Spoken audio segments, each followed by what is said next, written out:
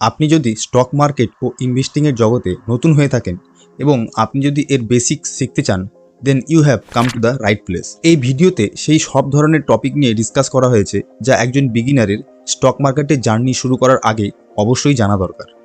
Share market হলো কোনো কোম্পানির শেয়ার কেনা ও বেচার বাজার। আমরা বাজারে গিয়ে যেমন টাকার বিনিময়ে কোনো কিছু জিনিস কিনে থাকি, ঠিক একই রকমভাবে স্টক মার্কেটেও আপনি টাকার বিনিময়ে কোনো কোম্পানির শেয়ার কিনতে পারবেন। এটাকেই ঠিক অন্যরকমভাবে বলতে গেলে আপনি সেই কোম্পানির অংশীদার হতে পারবেন। চলুন এই বিষয়টাকে আরেকটু ভালো করে বুঝি। ধরুন আমি একটা কোনো বিজনেস স্টার্ট করব। এখন এই বিজনেসটাকে রান করার জন্য আমার প্রচুর পরিমাণে ক্যাপিটাল প্রয়োজন। এখন আমি দুটো কাজ করতে পারি।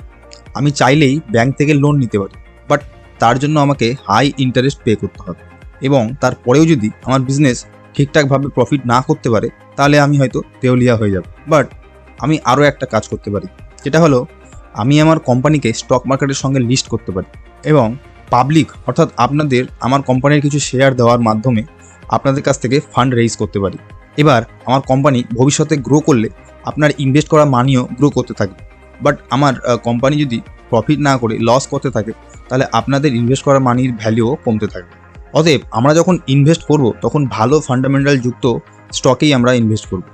এখন কি করে ভালো ফান্ডামেন্টাল যুক্ত স্টক খুঁজে পাবেন তা সবই শিখবেন স্টেপ বাই স্টেপ এই সিরিজের পরবর্তী ভিডিওগুলিতে। So make sure that you have subscribe the channel.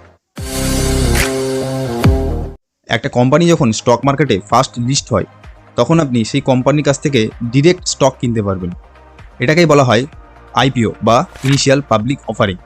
IPO apply date cross করে গেলে আপনি কিন্তু আর ডিরেক্ট কোম্পানির কাছ থেকে শেয়ার কিনতে পারবেন না।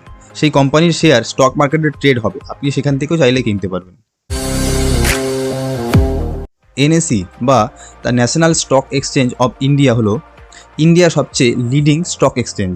বেসিক্যালি আমরা যে শেয়ারের বাই ও সেল করি তা মেনলি এই স্টক এক্সচেঞ্জের প্ল্যাটফর্মের মাধ্যমেই করে থাকি। ঠিক একই রকমভাবে বিএসই হলো বম্বে স্টক এক্সচেঞ্জ, যা ইন্ডিয়ার সবচেয়ে পুরনো স্টক এক্সচেঞ্জ। তবে এনএসিতে সবথেকে বেশি পরিমাণ ট্রেড হয়। Central depository service limited and national securities depository limited, এই দুটি হলো এক ধরনের ডিপোজিটরি। অর্থাৎ আমাদের টাকা যেমন ব্যাংকের সেভিংস ও ফিক্সড ডিপোজিটে জমা রাখি, ঠিক একই রকমভাবে আমরা যে শেয়ার কিনি সেই শেয়ার এই ডিপোজিটরিতে জমা থাকে। SEBI stands for the securities and exchange board of India. SEBI হচ্ছে স্টক মার্কেটের রেগুলেটরি অথরিটি। সেবির কাজ হলো বিভিন্ন রকম রুলস এবং রেগুলেশন সেট করার মাধ্যমে স্টক মার্কেটের পিউরিটি বজায় রাখা এবং কোনো ইনভেস্টরের সাথে যাতে কোনো রকম ফ্রড না হয় সেই বিষয়েও এনশিওর করা। স্টক বাই বা সেল করতে হলে আপনার কাছে ডিম্যাট অ্যাকাউন্ট থাকতে হবে। এখন ডিম্যাট অ্যাকাউন্ট ওপেন করার জন্য বাজারে দুই রকমের ব্রোকার রয়েছে। এক হচ্ছে ফুল টাইম ব্রোকার আর দ্বিতীয়ত ডিসকাউন্ট ব্রোকার। ফুল টাইম ব্রোকারে অ্যাকাউন্ট ওপেনিং চার্জ ও অ্যানুয়াল মেনটেন্যান্স চার্জ লাগে এবং এখানে ডিসকাউন্ট ব্রোকারের থেকে বেশি ফ্যাসিলিটি পাওয়া যায়। অপরদিকে বেশিরভাগ ডিসকাউন্ট ব্রোকারের অ্যাকাউন্ট ওপেনিং চার্জ ও অ্যানুয়াল মেনটেন্যান্স চার্জ জিরো। এখন চার্জ জিরো বলে যে এই ব্রোকারগুলি ভালো নয় তা কিন্তু নয়। আমি নিজে personally zero the discount broker app use করে থাকি। এই অ্যাপে প্রয়োজনীয় সমস্ত রকম ফিচার্স রয়েছে। এই অ্যাপের লিঙ্ক ভিডিও ডেসক্রিপশন বক্সে দেওয়া রয়েছে। আপনি সেই লিঙ্কে ক্লিক করে অবশ্যই অ্যাকাউন্ট ওপেন করে নিন, কারণ স্টক বাই ও সেল করতে হলে আপনার কিন্তু ডিম্যাট অ্যাকাউন্ট অবশ্যই থাকতে হবে। এটা কিন্তু কোনো রকম অ্যাপের প্রমোশন নয়। আমি নিজে পার্সোনালি এই অ্যাপটা ইউজ করি এবং এই অ্যাপটা আমার ভালো লাগে বলে আপনাদের কাছে শেয়ার করলাম। এক্স্যাক্ট কী করে বাই ও সেল করতে হয় তার একটা ডেডিকেটেড ভিডিও পরবর্তীতে আসবে।